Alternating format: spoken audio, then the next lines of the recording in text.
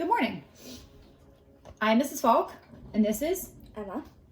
And we are here today to teach you how to make the best banana bread. So we have been on the search. We've tried out some recipes, and we have found what we feel is the best banana bread, and it is by Martha Stewart. So first of all, why did we want to make banana bread? So have you ever had any bananas on your counter that end up looking like this? Well, we do sometimes too. What you should not do is throw them away, because that's wasteful. So what you should do is you should make banana bread with them. So my lovely assistant is going to smash that up because we are going to be using it in our banana bread. So the first thing that we are going to do, we're actually doubling the recipe because we had so many bananas. We just decided to make a double recipe so we could use them up. So in this recipe, we are going to take 2 softened sticks of butter, and we are going to use our KitchenAid mixer, our stand mixer, which is right here.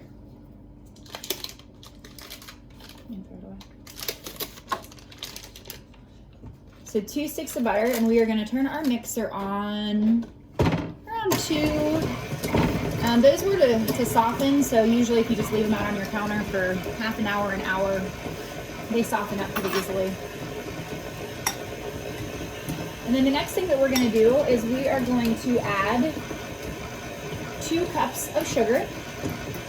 So it sounds like a lot, but it's because it's for a double recipe and it's going to make a lot, so that's why it kind of sounds like a lot. Something that we did not do yet, we're going to go ahead and preheat our oven to 350. So Emma, you can go ahead and do that, please.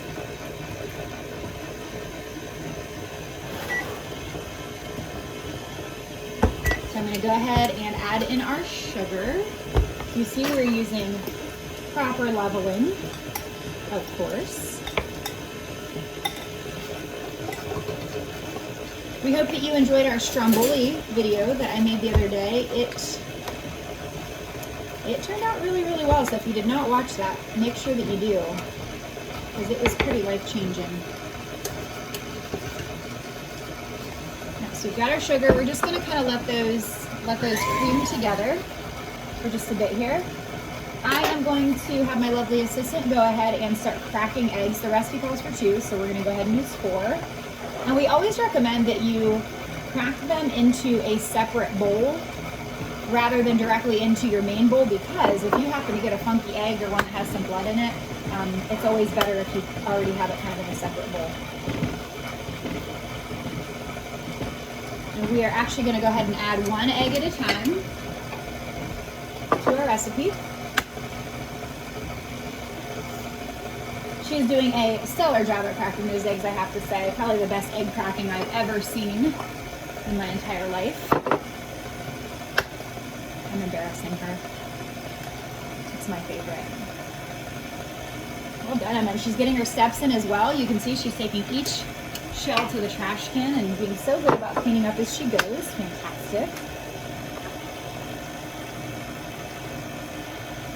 Good. Go ahead and wash your hands, Em. And I know you didn't see it, but we did wash our hands before we began. And we also pulled up our hair because that is protocol in this house. Follow all the rules. So this is looking pretty good. As you're mixing, you might start to see the edges. Sometimes the ingredients get pushed out to the edges. So usually at this point, I will stop, lift up my KitchenAid mixer arm, and just kind of scrape the sides with a handy dandy rubber scraper. Just to make sure even the parts on the bottom and the sides all get mixed completely in. Okay, so our next thing that we are doing, we are taking our dry ingredients, which was 1.5 cups of flour, so we doubled it to 3. A teaspoon of baking soda, so we doubled it to 2, and a teaspoon of salt, which we doubled again to 2. We already went ahead and mixed those up for you, just for the sake of time. And we are going to now add those. And you do add them gradually. If you just dump them all in at once, it might create this giant explosion of flour. So you have to kind of be a little bit careful with them, because oh, whoops, we're already getting a little bit here. It's getting a little. Thank you, Emma. See, my assistant is always there to help when things get tough, always. Okay, we're gonna stop. Next, we're adding our mashed bananas. The recipe actually has sour cream in it, and what that does is it actually makes it, I know nobody likes this word and I can't figure out why, but it makes it moist. So I went ahead and set it. So the sour cream does help with that, which is what you want when you're eating banana bread because you don't want it to be dry. And then vanilla. So bananas, it is 2 cups. Yes, it was 2 cups of bananas plus 2 bananas. So Emma's going to go ahead and measure that and add it to our recipe. Use a spoon and just scoop it in. There we go.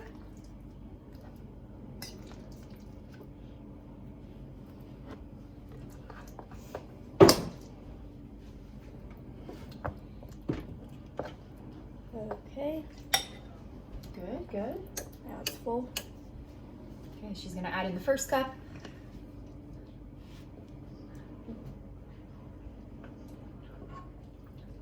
And I am actually, while she's going to measure the next part, I'm going to go ahead and just add in the sour cream.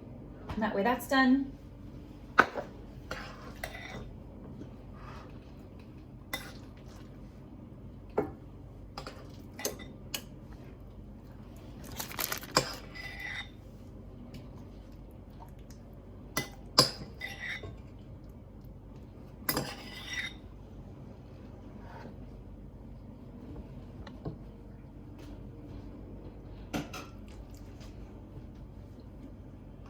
There we go.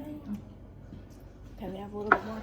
I'm going to go ahead and mix this up a little bit because this bowl is getting extremely full. All right. You used it all? Yep. That's what I call making a wise use of bananas. We have like 8 bananas, right? Yeah, I think it was probably 8 or 9 medium bananas that we had, so it was quite a few, but they were kind of on the So small that's side. like 4 or 5. Yeah, maybe 4 or 5 if they were a little bit larger. Yep. Oh, last thing, vanilla. Okay, Emma, so we need, oh, I forgot to say, the sour cream was a half a cup, which we doubled to a cup. And then vanilla, we're gonna do 2 teaspoons of vanilla right into the bowl, right into the mixer bowl. Yep. So banana bread's kind of fun because you can add really whatever you want into it. My husband likes his plain, and I like mine with pecans or walnuts. And The kids like it. 2 teaspoons. 2 teaspoons. And then the kids tend to like it with, I usually do mini chocolate chips for them because, you know, chocolate. So we are going to leave the regular batter plain, but then I'm going to show you how we're going to mix it in at the end. That way everybody can kind of have it the way that they like it. You can close everything so okay. Did we already use this? It was in the dry mixture. Oh, this is looking and smelling so good. I can taste it. Well, not yet because there's raw eggs in it, so don't taste it yet. But I'm just pretending I can taste it. It smells delicious. Okay, Emma, let's double check the recipe card and just make sure we got everything in there. Because we don't want to leave any ingredients out because that would be We bad. preheated to 350. We greased our pans. We put in the butter and sugar. We added the eggs. In a separate bowl, we whisked the flour, baking soda, and salt. We added to the butter mixture just until combined. Add mashed bananas, sour cream, and pour into a mini loaf pan and add optional toppings. So we just need to do this. So this recipe, there's different ways that you can finish this off. Emma, my lovely assistant, has so graciously already greased the pans for us. So you do need to grease your pans. I have made this before in a large regular bread loaf pan. So if you chose to use that pan, this would make 2 of those. What I personally like to do is I like to use my mini loaf pan from Pampered Chef. So this is equivalent to 1 recipe. So this is obviously twice as much. So I like to do this because then I can create 4 little mini loaves and I can kind of customize and put whatever I want into them. That's just a personal preference. I usually, when I am doing this, will use a measuring cup. This one's 1/3 of a cup. You don't need to measure it. That's not the reason for the measuring cup. It really is kind of just to control the mess. Because what happens if you get mess all over the outside and then it bakes on? It's gonna burn. That's gonna burn, and it's also Messy. no fun to clean. Nobody's trying to clean that pan afterwards. We call that in our house a soaker. And we will leave that soaking for as long as it takes because you need a chisel if you don't soak it. So I will usually just kind of eyeball these. You could measure them if you wanted to. It's just not really necessary. I usually just eyeball them to kind of make sure that they're about the same. These look pretty good. And I still have half my batter left. So looky there. Delicious, huh? So what we're gonna do now, I'm gonna actually have Emma step aside, and she's gonna add our pre-chopped pecans. This is probably about a half a cup, but you could put as many as you want in. And then she is going to do chocolate chips in the other ones. Our oven is preheated, so that is great. So for my other pan, I'm gonna use this, and you probably can't tell in the video, but this is actually a jumbo muffin tin. I like the larger muffins because they have a bigger surface area and there's more caramelization on top, and I just think that it makes a really, really good muffin. Plus, who doesn't love a jumbo muffin?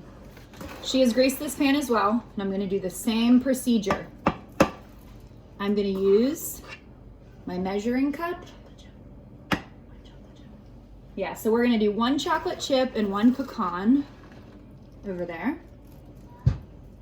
So you just kind of put them in, and then we usually just use a spoon and kind of just press it down into the batter.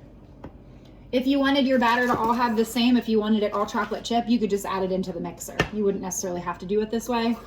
It's just the way that we do it, because that way everybody has the banana bread that they like, because that's important when you're trying to please your customers, also known as my kids and my husband. That's what we do. So we are just about done and ready to go in the oven.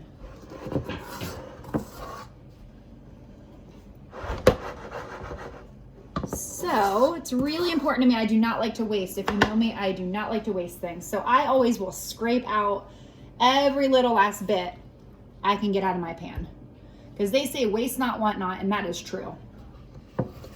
So I will scrape it all out. And sometimes, if I'm feeling extra fun, I will even take a little bit of sugar. Just a tiny bit, just a little. We're not talking cups here. And just sprinkle the top, because it gives the top just kind of this nice, crisp outside. Crisp, beautiful, crunchy top, which is good. Browned. And it helps it to brown. Thank you, Emma. And Emma's gonna do those. So we are going to go ahead and bake these for 30 to 45 minutes, depending on the size. So if you're baking it in a large loaf pan, then obviously it's gonna take longer. But for these, they take about 30 to 45 minutes. I always keep an eye on them, just because sometimes they bake faster or slower. I will put both of these in the oven, one on the top and one on the bottom. And I'll set my timer for 15 to 20 minutes, and then I'll switch them. And that way they are baking evenly, and one isn't burning on the bottom or one isn't burning on the top. So that kind of helps it too, to be a little bit more even. So thank you for watching our banana bread video. Until next time, see ya. Bye.